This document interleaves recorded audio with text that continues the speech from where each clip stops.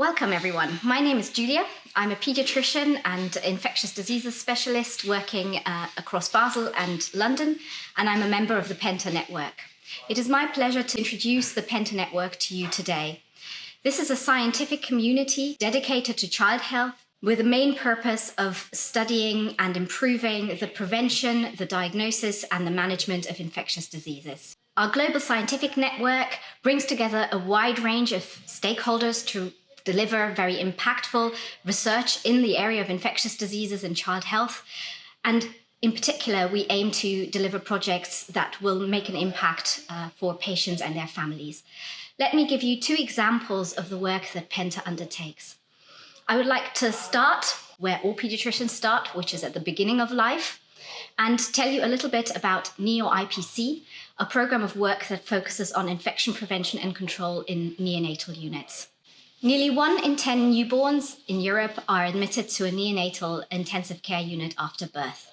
As you can imagine, that's a lot of neonatal deliveries ending up with an admission to a care unit in a hospital where there is a great risk of exposure to bacteria typical of the hospital environment.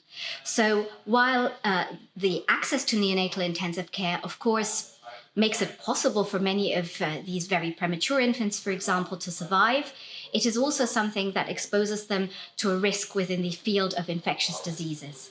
When babies suffer infections caused by resistant bacteria, these can obviously be very difficult to treat, and our knowledge base around that is very limited. Horizon 2020 and the European Union, through this organ, have recognized the great need for research in this area and are supporting PENTA in delivering the NEO-IPC project. This is a project that aims to look at best practices, identify them, and then also promote their implementation for protecting infants against resistant bacterial infections in neonatal care. However, much of the impact of infections in children is actually in the global south, and PENTA is also very actively looking at this area.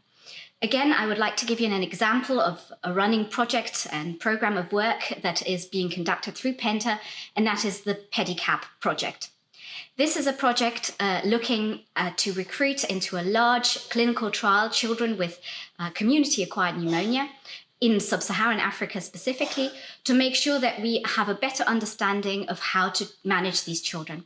The project focuses on children with severe pneumonia, so these are children who require admission to a hospital in these sub-Saharan African settings, and it asks questions about the best oral treatment for these children, the best duration of treatment for these children, and also whether there are important subgroups in these settings, for example, malnourished children or children who are HIV positive who might need a very specific management pathway. PENTA can access a large network of sites and clinician researchers in many African countries due to its history of trials for HIV positive children and adolescents.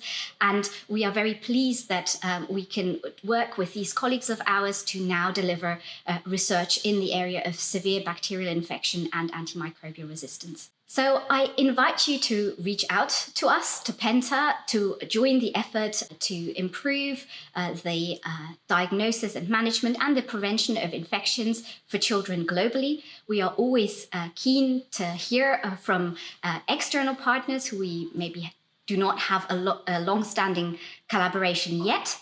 And we know that your joint efforts with us will help us to accelerate addressing really important questions for children the world over.